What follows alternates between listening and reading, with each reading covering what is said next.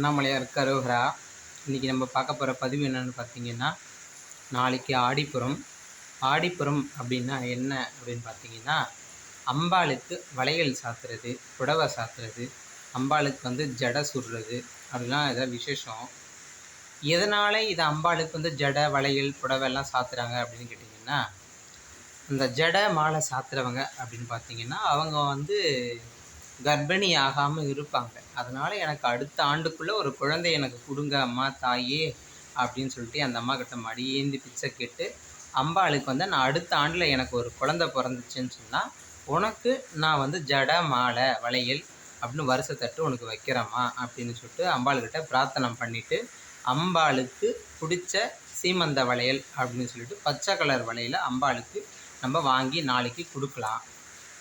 திருமணம் ஆகாத பெண்கள் அப்படின்னு பார்த்தீங்கன்னா அவங்க என்ன பண்ணலாம் அப்படின்னு கேட்டிங்கன்னா, ஜாக்கெட் பிட்டு வச்சு அதில் மஞ்சள் குங்குமம் வெத்தலை பாக்கு பழம் சிகப்பு வளையல் மஞ்சள் வளையல் வாங்கி அம்பாளுக்கு நாளைக்கு அம்பாளுக்கு கொடுக்கலாம்.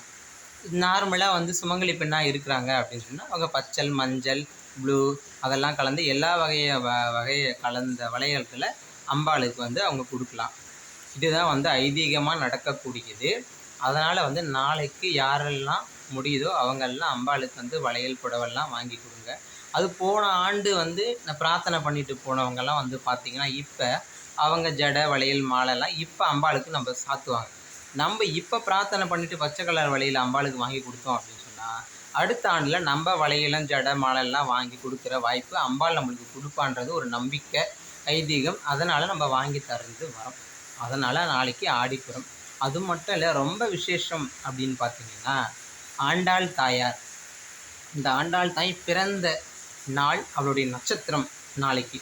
அதனால் ஆண்டாள் தாய் பிறந்தது காரணம் என்ன அப்படின்னு பார்த்தீங்கன்னா பெருமாளை அடைவதே அவளுடைய நோக்கமாகும்.